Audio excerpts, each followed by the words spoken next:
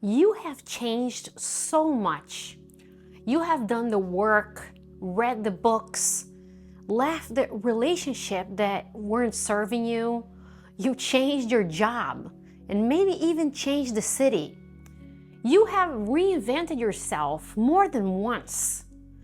And yet, there are moments, quiet ones, where you sit with yourself and you realize you still don't fully know who you are. Not underneath the role, not underneath the performance, not underneath the version of yourself that you've built for everyone else to see. And that's unsettling because you've worked so hard to become someone. But take away the role that you play at work and the dynamic you hold in your family, the identity you've built at your spiritual community, and what's actually left.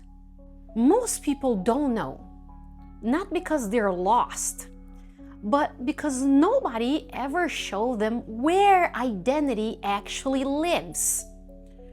And that's exactly what we're going to explore today. In the previous video, we talked about the psyche through the lens of a computer, the conscious mind as the visible screen, the ego as the user profile, the persona as the interface that you show the world, the shadow as deleted files still running in the background, the superego as the internal security system scanning through mistakes, and the self as the deeper intelligence underneath all of it. But there was something we didn't fully address, something that sits underneath all those layers, something that most people confuse with the ego, but it's actually much bigger than that: the identity. And understanding where identity actually lives in the psyche, that changes everything about why real change is so hard. Think about your phone or your computer. It runs in an operating system like a Windows or an iOS or an Android. Everything else runs on top of that.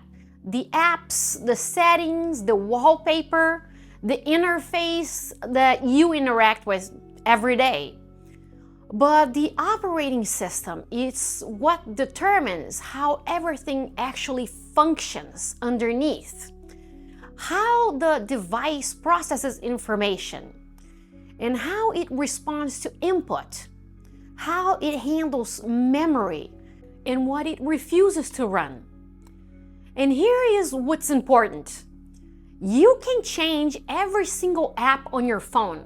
You can delete old apps, you can download new apps, you can rearrange everything, you can change the wallpaper, you can update the settings. And if the operating system never changes, the device will still function, will still work the exact same way, with the exact same limitations and the same processing patterns, but just with different apps on top of it. And this is exactly what happens with identity. Most people think that identity is the ego, the user profile that we talked about in the previous video. This is me, this is who I am, and this is what I believe. But the ego is just one layer of the system. Identity is the operating system. It's not one part of the psyche. It's what emerges from all the parts running together. The ego tells you who you think you are. The persona shapes you how you present yourself to the world. The shadow holds everything that you were taught that was acceptable to be. The superego runs constant evaluation, whether everything is working or not. But the identity is the underlying system where all of those run on top of.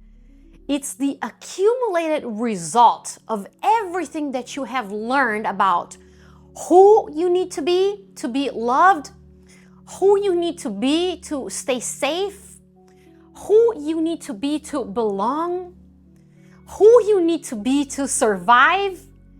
And most of that was instantly installed before you were old enough to question it. Just like a device that comes with pre-installed operating system. Your identity was largely shaped before you had any conscious say in it.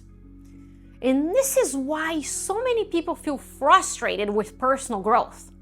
They change the apps, new mindsets, new beliefs, new relationship.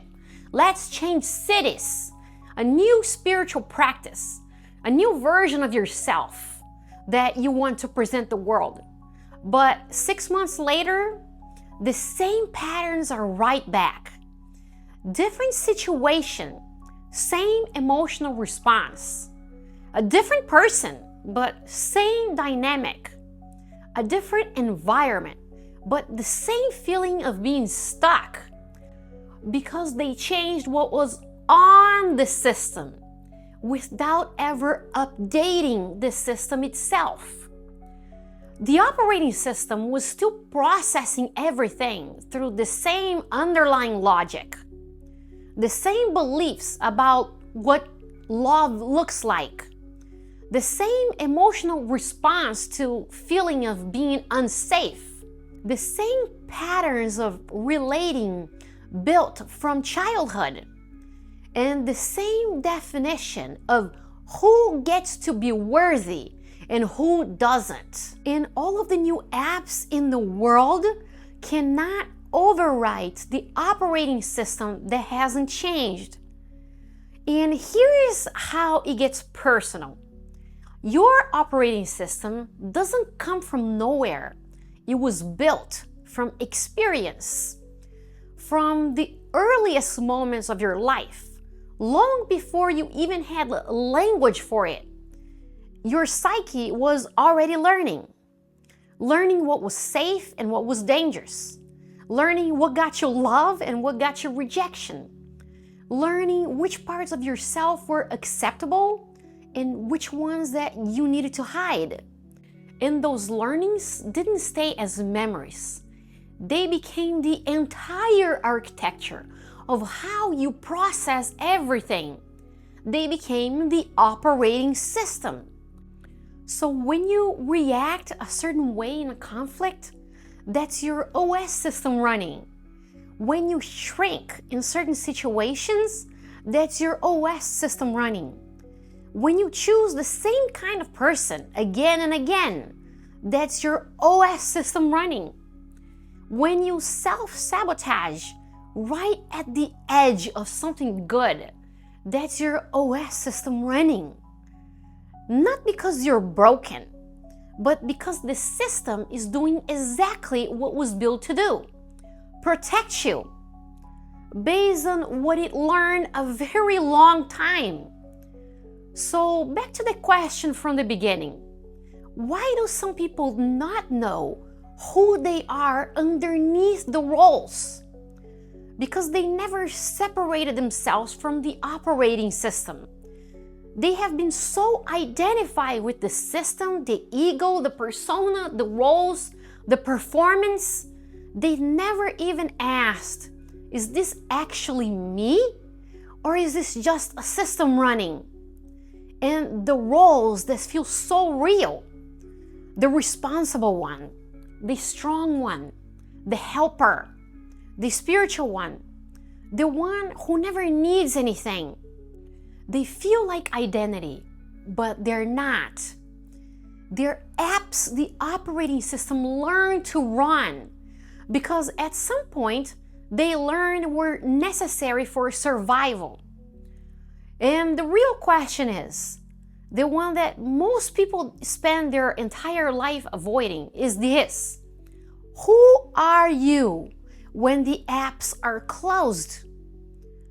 When the roles are removed, when no one is watching, when there's nothing to perform and no one to be for, that quiet place, that uncomfortable, uncertain, formless place is actually closer to your real self than any role you have ever played. So how do you actually change the operating system? Not the apps, but the OS itself. It doesn't happen through information.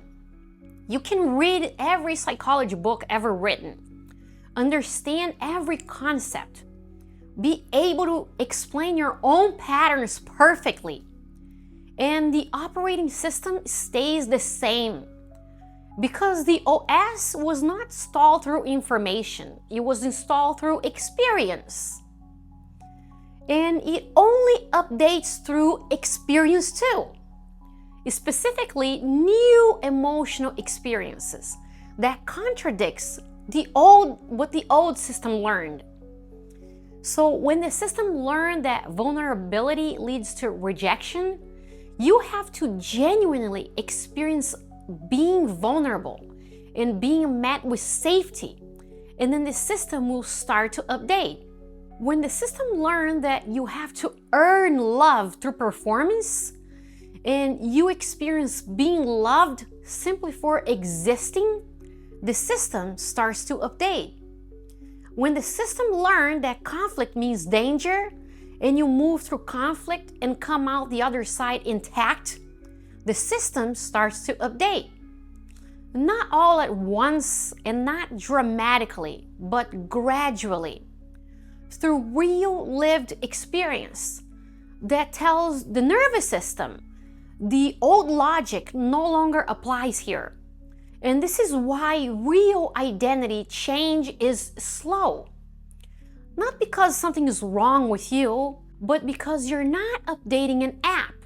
You are updating the entire system. And that takes time, repetition, honesty, and a willingness to have new experiences, even when the old system tells you it's not safe. So if you don't know who you are underneath everything you have been performing, it's not a sign that something is missing in you. That's the most honest place you have ever reached yet.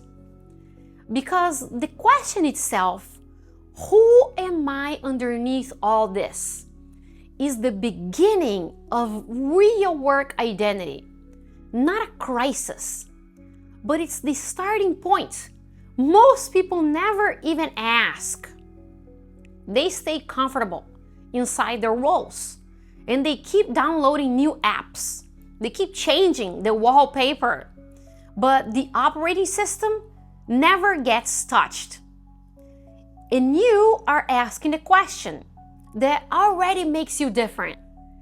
And maybe that's not confusion. Maybe that's the first moment that you ever been truly honest with yourself about who you actually are versus who the operating system learned to be.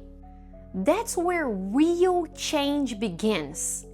Not at the surface, but in the system itself.